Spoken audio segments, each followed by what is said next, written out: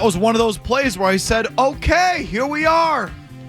A little bit of next level thinking. And I loved Marcus Jones being part of the decoy there. Because the setup going into it was Marcus Jones finally got his offensive touch last week. Alex Van Pelt was asked about it going into yesterday's game. Alex Van Pelt, he texted me. I didn't even know he was an offensive player. And we had that whole thing. So, that quote-unquote blew up for a couple of days. And so you would think, because, these new coaches are trying to make people happy, you would think that'd be part of their calculus. We're going to get Marcus Jones the ball more, give the people what they want. Just get him in there. So they put him out there in the first series, and instead they use him as a decoy. And then a little underhand, forward pitch to Trevor Hunter. Travis Henry, whatever his name is. Hunter Henry.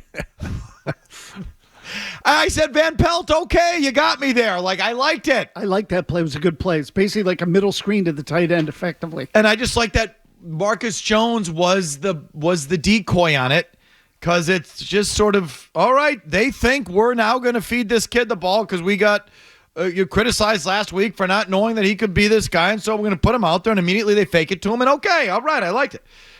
I still don't know why they can't use Marcus Jones a little bit more. Was that the only time he was on the field? It's the only time I saw him. Yeah. So, but then there was another play. There was a 3rd and 1 where they brought in Jacoby Brissett, and they did a jet sweep to a wide receiver. I don't know if that was a jet sweep or an end around, whatever you would call it, but it was more one of those sort of modern, quote-unquote, modern NFL plays where the receiver uses his speed and gets around the end, and that not something you see them do a heck of a lot of. Every team runs reverses and end arounds and all these kind of jet sweep actions. Doesn't feel like you do it very often. Did it there, and a guy to have it play, and it was there. They got 6 yards on it. And then the Wildcat down near the end zone went for a touchdown. You, of course, got called for holding because you get called for holding in the red zone. That's what you do. But the play, I think worked. And it just showed me a little something from Alex Van Pelt. So I don't know if I'm fully coming around on Alex Van Pelt, but better. You really have to weigh switching up the scheme and the coaching for Drake May and making sure it's really worth it. You know what I mean? Yeah. So is this me moving a little bit towards keeping Alex Van Pelt? Yeah. Sure. It is. I'm not for continuity's sake. I'm not telling you to keep him. I'm telling you, if a month ago I was 100% move on from the guy, get in someone better, get a real guy in here. Now maybe I move back to 75%. That's how I should feel. I mean, you know what I mean? Of course. Yes, look, you got to factor in what's good for the quarterback.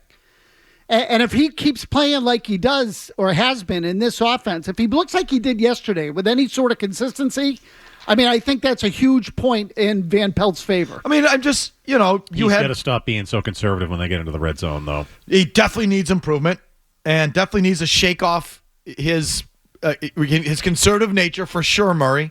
Absolutely he does.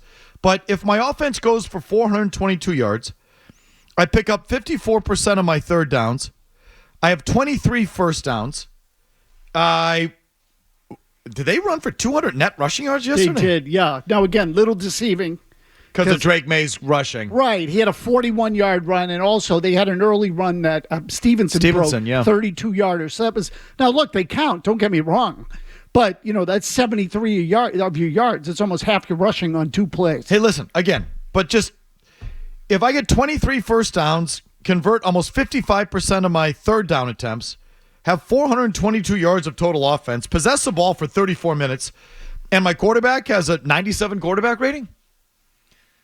What more am I going to expect than that? Right, pretty good. I would like to win some of these games. Yep. And I think Van Pelt's a part of that because they just don't go for the juggler when they can go for the juggler. There's clearly, I think you said it earlier, Mazz, the feel for the game and when to, no one to hold him, no one to fold him, that sort of thing. They just don't have it. And so, believe me, I would think you can do better than Alex Van Pelt. But I would just, I'm starting to get to a point where it's it better be a clear upgrade before I move on. Yeah, again, it's all about what's best for him, for May. And if it is beneficial to keep him in the same place and let him continue to go forward, then that's what you do.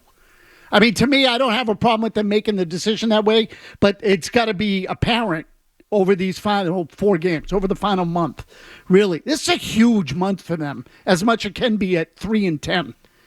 Like, this is you got to see some sort of consistency here, particularly from the quarterback. What if it's just the schedule's too hard, and it's not a fair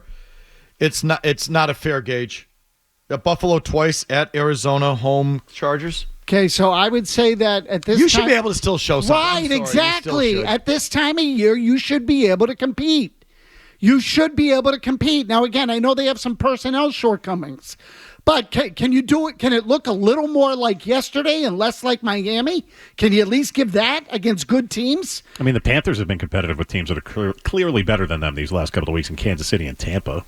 Yeah, I just might not win, but you've got to be competitive. Mike, I just think there were a lot of people before the year saying, well, it's all about the second half of the season in December. You got to see something in December. And the comparisons to the Parcells year in 93, where they won their final 4, final 5, or whatever it was, they played better down the stretch. Yep. Same deal. It's got to look better. It's got to be better. Now, I don't know what that is, but I'll know when I see it. It can't just, you can't have games like Miami. If you're having that, it's a waste of time. If you like that clip, check out more videos from Felger and Mazz here. For more Patriots analysis and opinion, hit this playlist. And for all the latest from the Sports Hub, download the app at 985thesportshub.com.